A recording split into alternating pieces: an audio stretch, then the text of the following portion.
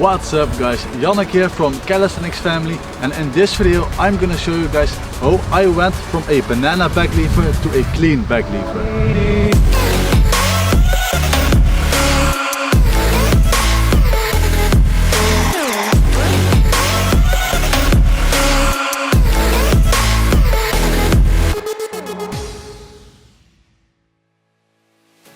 Alright guys, so we are here at the park in my hometown. We just recorded a few instructional videos for the full journey. The full journey program is coming really soon, I think in a few weeks, maybe 1 or 2 weeks.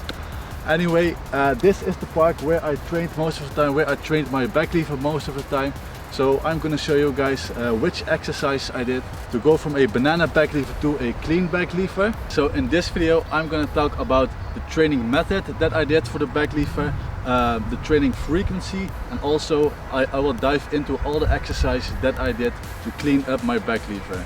So the way how I divided my back lever workouts was, first I did some holds, then I did some dynamic exercises, so I focused more on making repetitions. And at the last part of the training I did some core work, but also sometimes accessory work like some shoulder exercises or bicep exercises.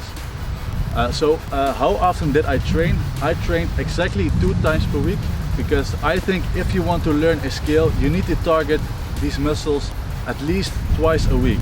But I didn't train for the back lever only on a workout. I combined some other skills such as back lever and front lever, sometimes back lever and handstand, but I made sure that I hit the back lever training 2 times per week. So what exercises did I do to clean up my back lever? Let's first talk about the holds. In my opinion, you can go into a back lever in 3 different ways. You can go from a downward movement, so you go up to the bar and then you actually get your back lever already on top of the bar, and then you lower down until you reach a horizontal position. That's actually how I trained from the very beginning, when I couldn't even do a clean back lever. But the tricky point is that you have like 2 different ways to do this. The first way, which is actually the bad way, is when you bend yourself, like you do a twist around the bar, so you actually have already a banana form when you're even in a like vertical position. And what's bad about this is when you lower down, you're actually keeping this position until you're in a horizontal position, and you will never get a clean back lever this way, because you started with a wrong back lever from the beginning at the top of the bar. So the other way is actually the same method, so you do a downward movement, but now when you're at the top of the bar, you already engage your full body, like your core, your glutes, your quads, your whole body, until you are very straight, and then you lower down. So when you notice that that's difficult, or you can't do it, then go to an easier variation. Don't do a full back lever from the beginning if you can do a 1 leg or a straddle clean back lever. Alright, so if that's too hard, go on top of the bar, do a straddle, engage your whole body, and then lower down until you have a clean horizontal position. Alright guys, so that's exactly what I did. Instead of going down in a banana form, I took a step back and actually began with a 1 leg back lever until I got it clean, and then I moved on to a straddle back lever until I had a clean straddle back lever, and then I practiced my full back lever. Alright, so that's the first way how to get into a back lever, and in my opinion that's the easiest way. If you can do a full back lever, that's the easiest way how to get into a back lever.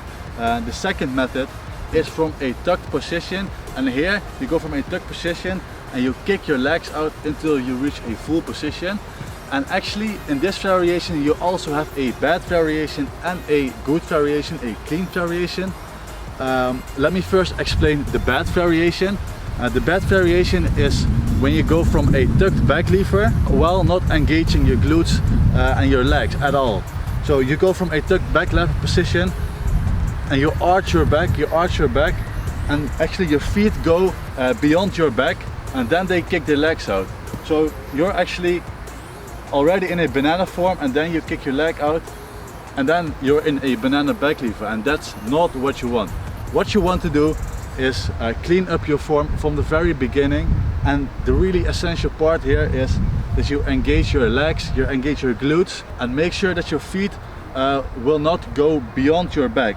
So make sure that when you kick your legs out, you do it like this. So your knee stays in front of you, yeah, exactly. while your feet stays in the same position as your body. So you do a kick like this. And in the previous one, you did a kick like this. That's not correct, right? So focus on a slow movement, focus on core engagement, focus on leg engagement, and do a proper kick out like this. Alright, so that was the second one. The last one is actually really hard, so I won't dive deep into this exercise, and that's actually from an upward movement. So you go from a skin to cat, so you hang like this, and then you pull yourself up until you're in a back lift position. But this one is actually really hard. I couldn't even do this until I cleaned up my form. So I wouldn't recommend to go into a back lift from this position. But it's actually a really good dynamic exercise, which brings me to the second point, is the dynamic exercises. They are actually 3 really essential exercises that help me to clean up my back lever. So the first exercise is a back lever kick, and with this exercise you do exactly the same movement as I just described. So you go from a tuck position to a full position, but this time you want to do multiple repetitions. And why is this so important? For example, if your current level is a straddle back lever, a clean straddle back lever, and you want to train for a full back lever, what you want to do is you want to do the kicks with a full back lever. Alright? Why you want to do it with the full back lever?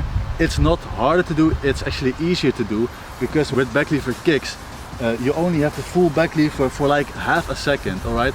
And if you do this 8 repetitions, you have the full back lever 8 times for half a second, and that's exactly how you make your muscle stronger for the full back lever. Alright guys, so the second dynamic exercise is back lever raises, and this exercise is actually really important for your shoulder strength, your bicep strength, to get yourself into the lever position, right?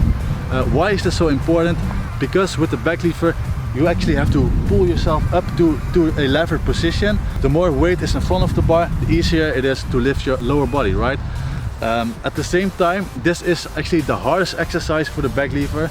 So what you actually have to do, you have to take a few steps back. So go to a tuck position or a advanced tuck position, so you can make 6 to 8 reps. Alright guys, so the third dynamic exercise is the back lever drop.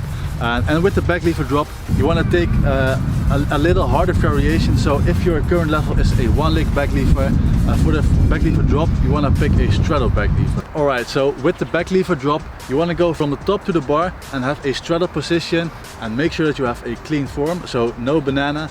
And you want to lower yourself down for about 5 seconds, okay? So if you do it 1 second, that's way too fast. If you do it 10 seconds, you have to move on to a harder variation. So this exercise is really essential if you want to move on to a harder variation than your current level. Why? Because you actually can get used to the next variation without holding it, right? So if you cannot do a straddle back lever, you can do a drop, so your body will actually be in a straddle position. Alright guys, so these 3 dynamic exercises helped me the most to clean up my back lever. And besides the dynamic exercises, I also did some core work at the end of my workout. I always did a core circuit, like 5 exercises. For example, I did hollow holds, I did Superman holds. I also did Superman straddle to full on a bench. I also did reverse leg raises. So you do each exercise for about 30 seconds. Without any rest, so your core will really burn, and you will do this for like 3 circuits, and that's the way how you get a strong core for the back lever. And yeah, that's pretty much the way how I trained for the back lever, how I went from a banana back lever to a clean back lever. Alright guys, so I know that a lot of you guys have been waiting for this video, and I'm really happy to finally share like my method to go from a banana back lever to a full back lever. I actually wanted to make this video way earlier, but we were so busy with a lot of stuff, like organizing the bar jam, which was really epic, making programs, organizing workshops, and also working on the full journey. So why are we making the full journey? It's because a lot of people has been asking us how we progressed in the last 2 years to like a back lever, a front lever, and we just want to share all the exercises that we did in the past 2 years with you guys, and this is all included in the full journey. So the full journey will bring you from a beginner stage to an intermediate stage to an advanced stage until you can do like the basic calisthenics skills such as back lever, front lever, the muscle up and a clean handstand. Alright guys, so that was it about the full journey and also about this back lever tutorial. Please let me know what you think about this tutorial and if it helped you, and also if you guys have any other ideas for videos, you can always comment down below what you want to see on this channel. That's it for this video and we hope to see you in the next one. Peace out guys.